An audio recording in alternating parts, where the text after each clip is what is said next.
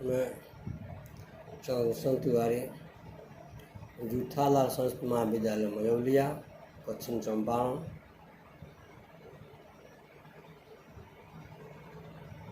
आज दिनांक 8/7/2020 को शास्त्री तृतीय खंड के छात्रों को संस्कृत साहित्य के संदर्भ में महाकाव्य के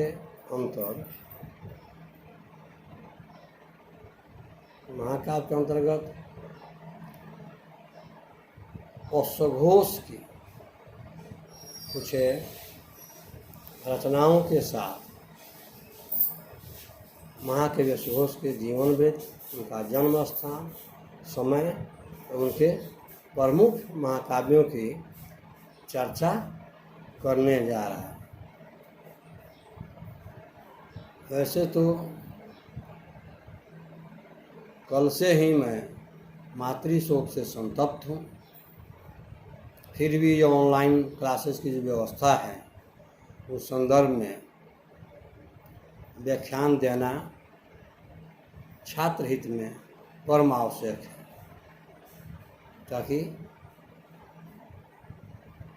शास्त्रीय परिस्थितिता तृतीय खंड के छात्रों को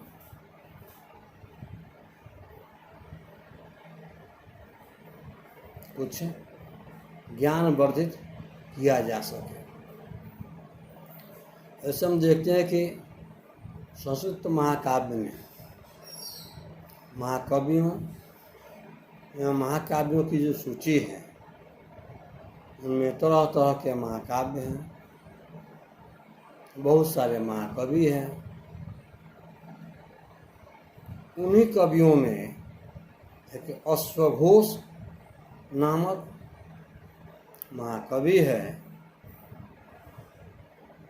जिनके जन्म स्थान और समय के निर्धारण में बहुत सारे पूर्व के तरह ही तर्क वितर्क देखने को मिलता है। वैसे तो महाकवि अश्वघोष का जन्म स्थान साकेत नगरी माना जाता है, जो आज के समय में साकेत को अयोध्या कहा जाता है। इसी अयोध्या में अश्वघोष का जन्म स्थान है।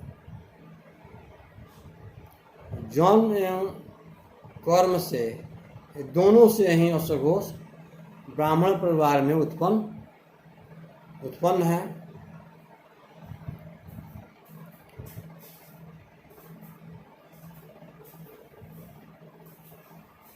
महाकवि अश्वघोष वेद, रामायण, महाभारत, पुराण, दर्शन इत्यादि के अध्ययन में निपुण है। इनकी विद्वता, चातुरता का उल्लेख करना सूर्य को दीपक दिखाने के ही समान है।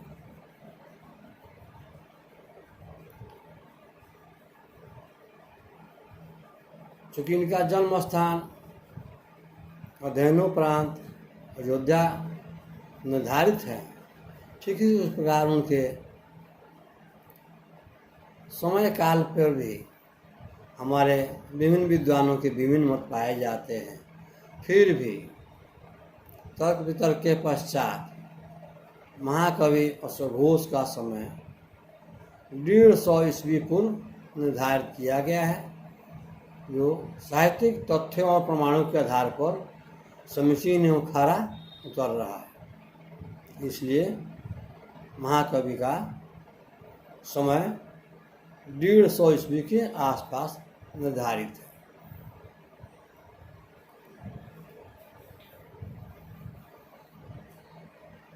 महाकवि अश्वघोष की 2 महाकाव्य संस्कृत साहित्य में अतीव ही महत्वपूर्ण एवं गौरवयुक्त है। प्रथम महाकाव्य का नाम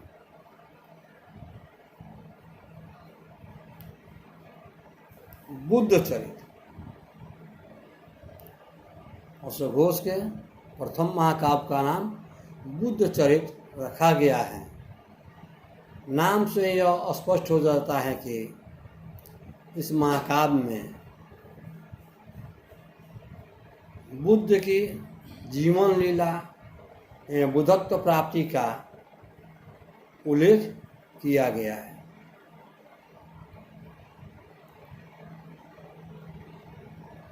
बुद्ध चरित्र में 28 सर्ग, 28 सर्गों की अलग अलग कथाएं व्याप्त है। जैसे प्रथम सर्ग जो है बुद्ध चरित्र का, वो प्रथम सर्ग है बुद्ध का जन्म।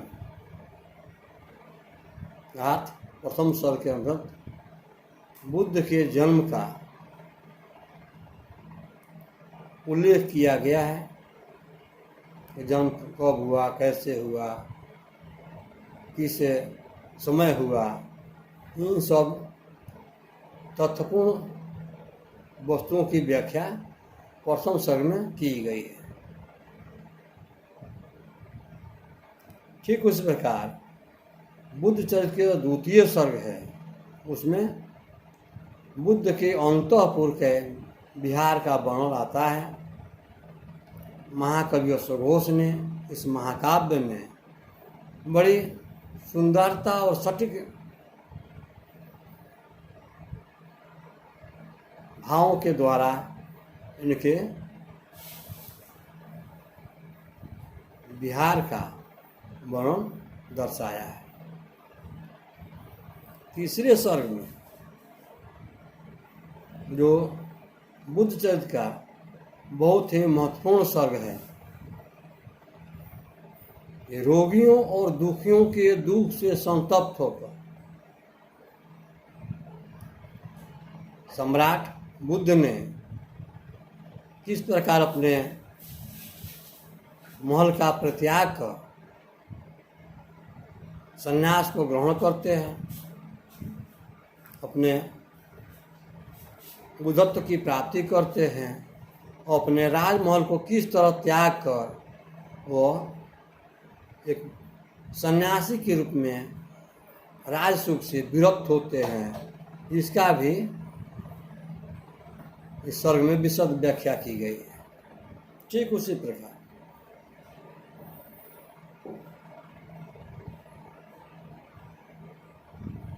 जो चौथा सर्ग है वो उनके राजमहल के रमणियों सुंदरियों के द्वारा बुद्ध को पुनः ज्ञान मार्ग से कर्म मार्ग के में लाने के लिए अर्थात संन्यास मार्ग से पुनः मोड़कर उनके राजप्रसाद में लिप्त करने के लिए बहुत से उद्यम किए गए हैं, जिसे बुद्ध ने अस्वीकार करते हुए अपने बुद्धत्व की ओर अग्रसर होने का ही उत्तम मार्ग का निर्णय लेते हैं। ठीक आगे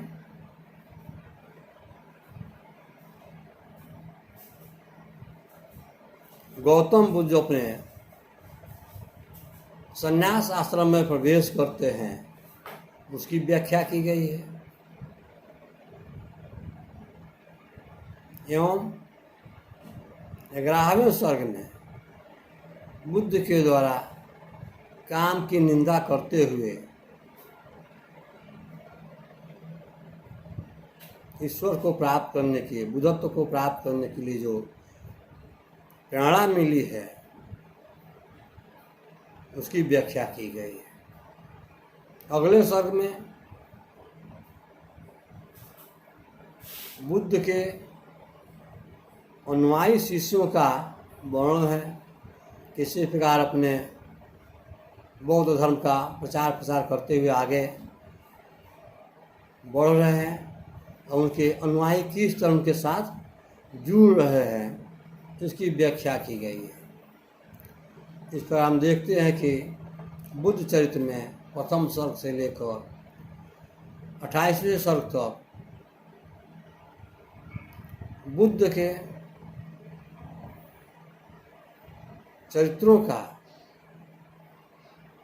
चित्रण किया गया है। ठीक इस प्रकार अश्वघोष की जो दूसरी महाकाव्य है वह है सौंदरानंद।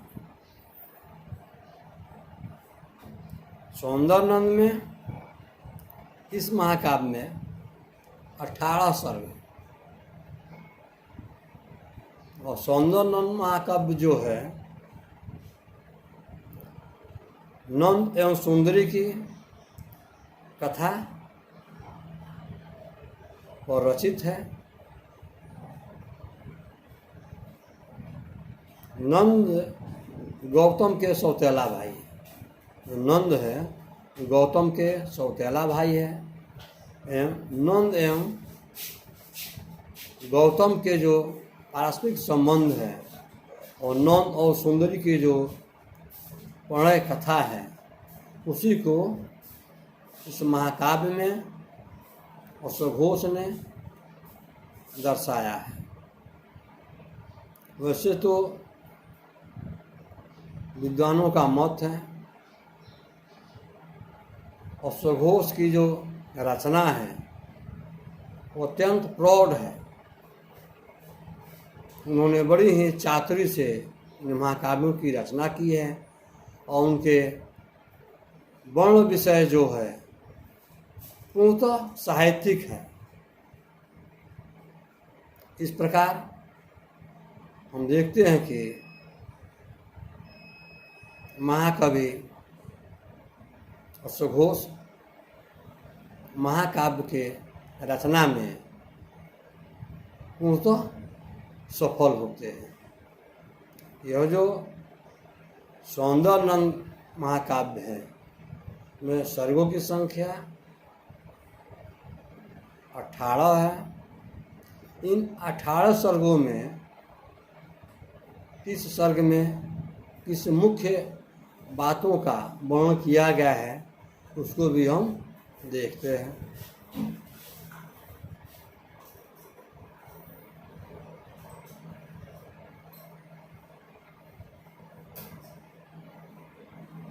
सौंदरानंद का प्रथम सर्ग जो है उसमें है गौतम बुद्ध का जन्म।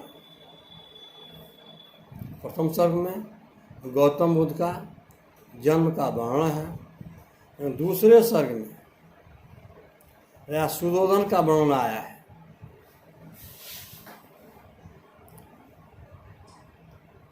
उसके पश्चात जो तीसरा सर्ग है महाकवि का, उस तीसरे सर्ग में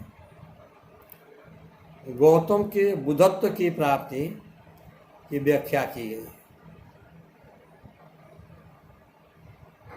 चौथे सर्ग में नंद एवं सुंदरी के साथ विहारों का बड़े ही मार्मिक ढंग से प्रस्तुति की गई है जो अत्यंत रमणीय है। पांचवें सर्ग में बुद्ध के द्वारा नंद को दीक्षा प्रदान की जाती है। अर्थात पांचवें सर्ग में नंद के दीक्षा ग्रहण की व्याख्या की गई है। छठे सर्ग के द्वारा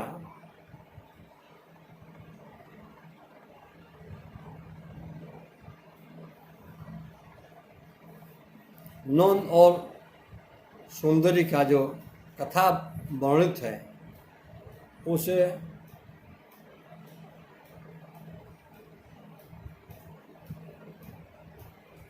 छठे सर्ग के द्वारा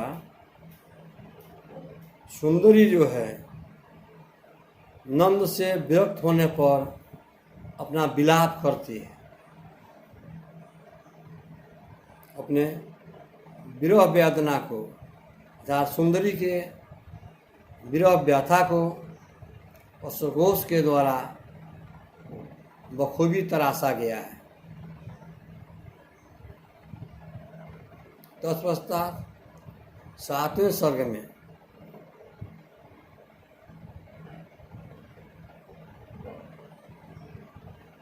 नंद के प्रति सुंदरी का भी दर्शाया गया है।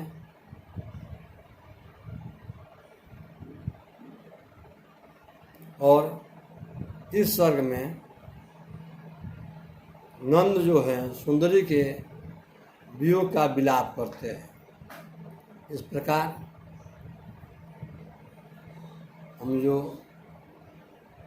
इन दोनों महाकाव्यों के अध्ययनोपरांत देखते हैं कि हमारे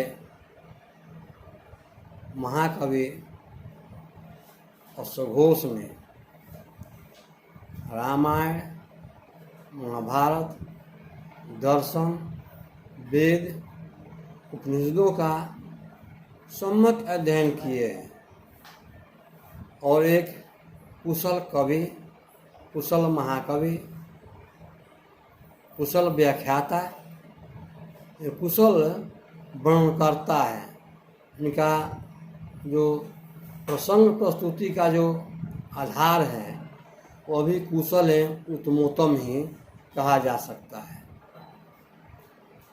अतः इन महाकाव्यों के अध्ययनोपरांत हम यह देखते हैं कि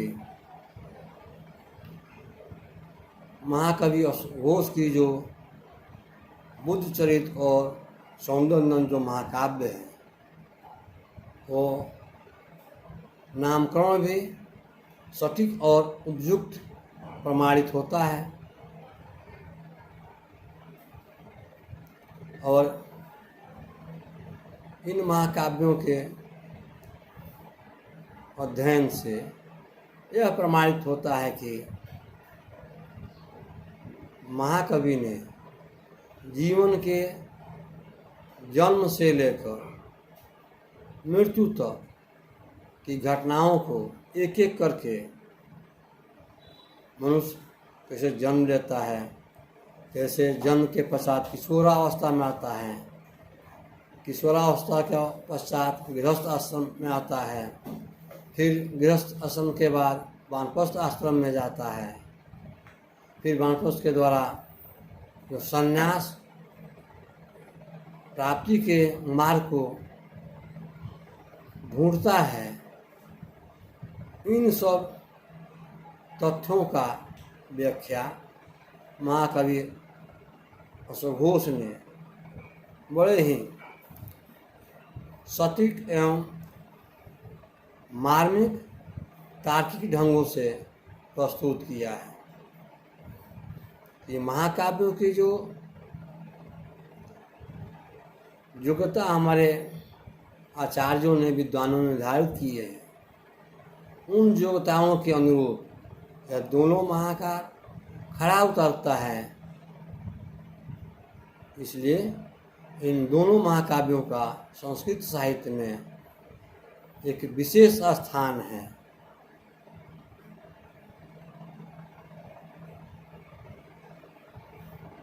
अगले कक्षाओं में पुनः इसकी विशद व्याख्या की जाएगी।